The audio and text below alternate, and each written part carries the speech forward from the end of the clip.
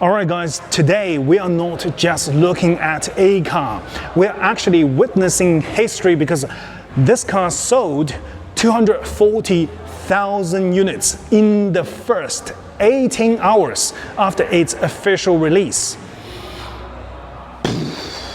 Mind-blowing. You know, I need time to process that shit, but ladies and gentlemen, I give you the Xiaomi Pro Sangue, YU7. Why am I keep saying that? These two cars obviously look nothing like each other.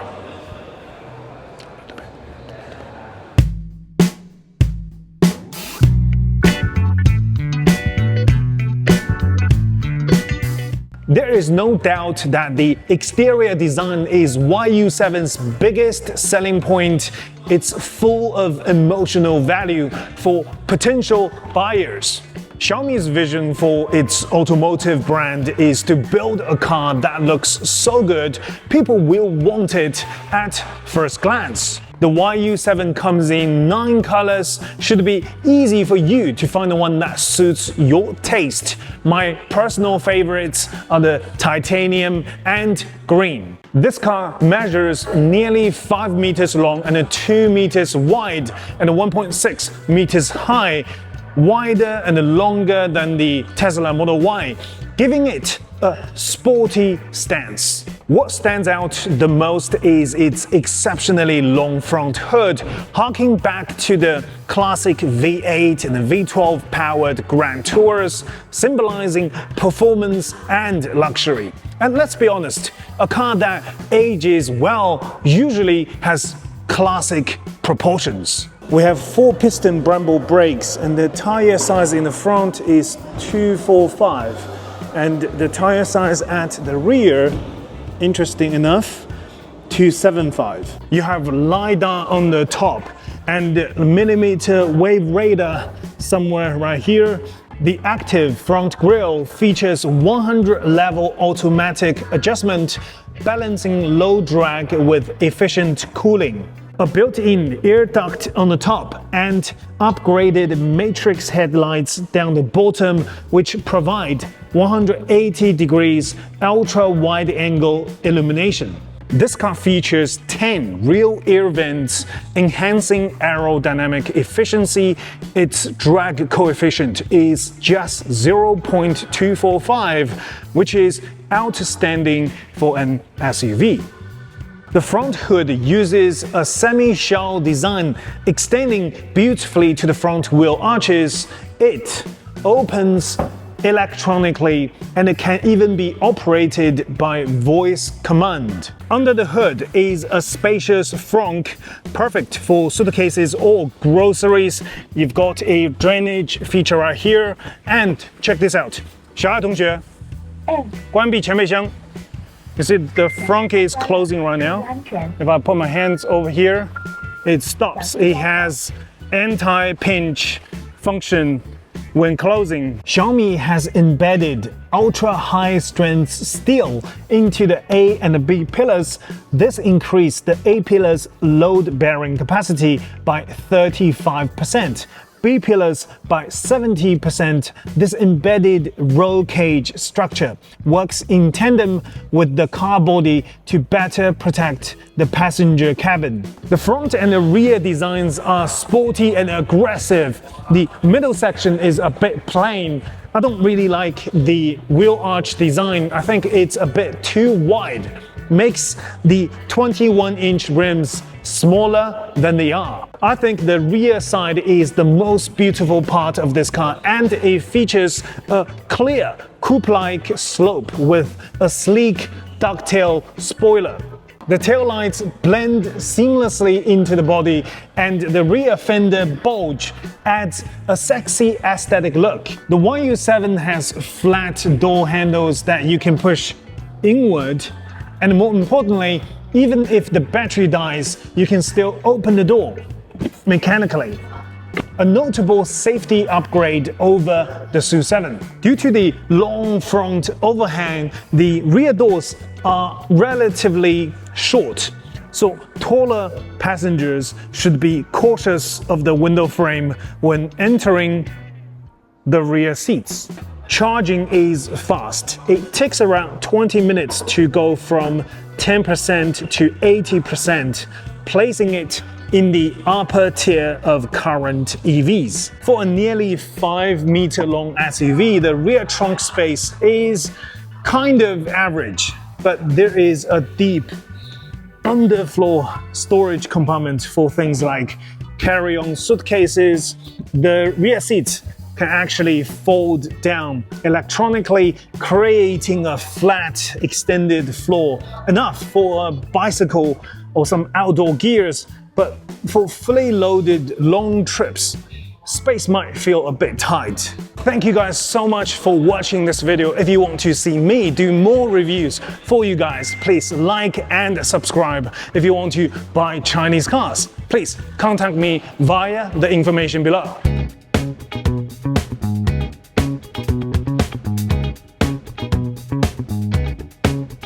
The cabin of the YU7 inherits a lot from the SU7, the sporty steering wheel, the roller switches, driving mode toggle, and the UI layout of the center screen, and including the physical buttons below. The biggest innovation is the new Skyline display under the windshield. This isn't a traditional screen. It's a projection system using 3 projectors to beam information on a black glass stripe beneath the windshield. It's positioned at the very bottom of the windshield, so it doesn't obstruct your line of sight. To accommodate this, the entire dashboard is lowered, helping maintain a low driving position and preserving a low center of gravity. You have plenty of headroom. I'm 6 foot tall, but for someone that's even taller, shouldn't be a problem either. The infotainment system is incredibly responsive and fluid, a clear reflection of Xiaomi's smartphone DNA. If you use Xiaomi phone, the moment you enter the car with a touch of a button, your phone's content can appear on the screen and run any app directly. The layout is card-based, fully customizable. You see this decorative piece right here? If you unscrew from the middle, then you can attach Xiaomi's phone holder right here. That is genius. What's even more clever is now the new version, it supports 27 watts power output, which means once you have the phone holder there, it can charge your phone and hold your phone at the same time. You don't need clumsy wire to charge your phone separately. That is just pure genius. This is my favorite interior color combination. So it's a dark green plus a cream color. You have this very nice looking wood veneer. And down this area, this whole area is covered by the same color, but in this textile material, and a little hook, metal hook right here for your groceries. And down here there's a bit of a storage, but here actually you can put Xiaomi walkie-talkie here or Xiaomi Bluetooth speaker, and you've got 2 67 watts USB socket there, and a bit of a storage as well. And in this area you've got a bit of a velvet-ish material, which is quite nice. This cabin has 8 hidden magnetic mount points for official and third-party accessories like lights, phone holders, tissue boxes, or power modules. The magnetic tissue box design is very clever and stable. It goes right behind the center screen, so it hides away. You don't see it all the time, but when you want some tissue, it's easy access. The front seat cushion length is not very generous. You see there's a gap right here, but both front seats feature zero gravity mode. Not just reclining, but lifting the thigh cushion, the leg rest. Great for quick naps. You have 1, 2 ventilated wireless charging pads right here, and the 2 very nice and deep cup holders. But little problem I've noticed is, you see there between the pad and the side, there's a gap. If you spill coffee or some sort of beverage in this area and that goes in, it's going to be difficult to clean. A very, decent size storage inside the center console. The storage inside the glove box is very good. It's very deep, so you can put like a large laptop inside with no problem. It's a mechanical lever in red color, so it's easy to find in urgent situations. Storage right here, it's in the same dark green color, and it's a very solid tray. You see, that's very robust, very well made, and with a nice sort of a lever in the front. The seat firmness feels just right, and the materials on the armrests and the sides are quite premium. The YU7 has a glass panoramic roof without a physical sunshade, but it uses electrochromic dimming. You can voice control the transparency, which takes roughly about 2 to 3 minutes from full bright to full dark. This solution actually takes the longest time to change its transparency, but it delivers the best heat insulation result. Rear passengers get a detachable touchscreen for controlling the media, navigation, sunroof, massage, temperature, everything. The rear seats have heating but no ventilation. There is a smart fridge in the middle that chills down to 0 degrees or heats up to 50 degrees with a silicone base. Right here, you see it's soft. That fits 2 bottles of water or 4 to 5 cans. The air conditioner vents are well distributed, 1 in the middle, 2 on the sides, give 3 sets of airflow to ensure comfort for all passengers. For an SUV, this car is not very tall, but I've got decent headroom at the rear as well, and a pretty good legroom. And if I want, I can recline back. Oh shit.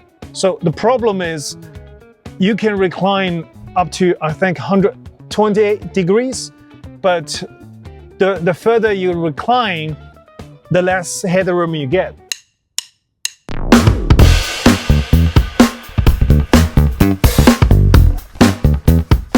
All YU7 models use an 800-volt architecture with either 96 kWh LFP battery or 102 kWh NCM battery. The latter delivers a real-world range of roughly about 600 kilometers. The seats are wide and comfortable. I just wish there could be more side support during tight corners. The YU7 Max has dual motors, all-wheel drive, and a 700 horsepower with 0 to 100 kilometers power in 3.2 seconds. The car weighs around 2.4 tons, up to 2.8 tons when fully loaded. Throttle calibration remains precise. Even on the hard acceleration, it doesn't lurch forward abruptly. This improves comfort by reducing pitching motion. The YU7 feels noticeably larger than the SU7 and takes some time to get used to, especially the long hood when maneuvering in tight space. Fortunately, visibility is pretty good, and the 360-degree camera system helps a lot. The turning radius is similar as SU7. It doesn't feel clumsy at all. The base model has CDC adaptive dampers, while mid-spec and above get air suspension as standard. Our test car today, the Max version, features dual-chamber air suspension. This car is tuned more towards comfort and family use, but in corners, it still delivers solid body control. Even in comfort mode, the chassis feels BMW-like, soft at start of travel, giving a premium smooth ride over bumps, but still taut in corners. The steering feedback leans towards Tesla style, quick and responsive, but not as tight or heavy. Okay, now we are in Sport Plus mode. The steering definitely tightens, and the throttle response sharpens, and the lateral control improves.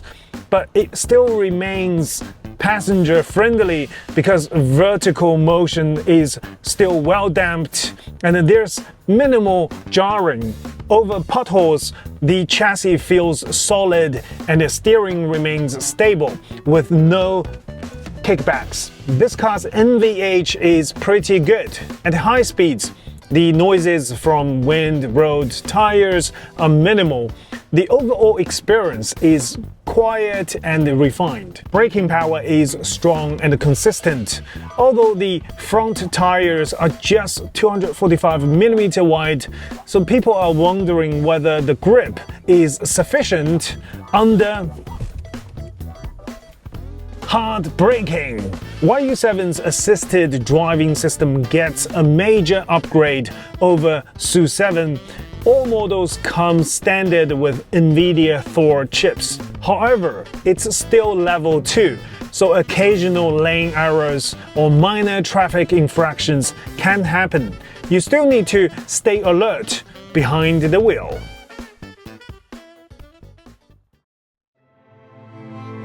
The Xiaomi YU7 is undoubtedly a remarkable success, though its design does appear to draw inspiration from various brands.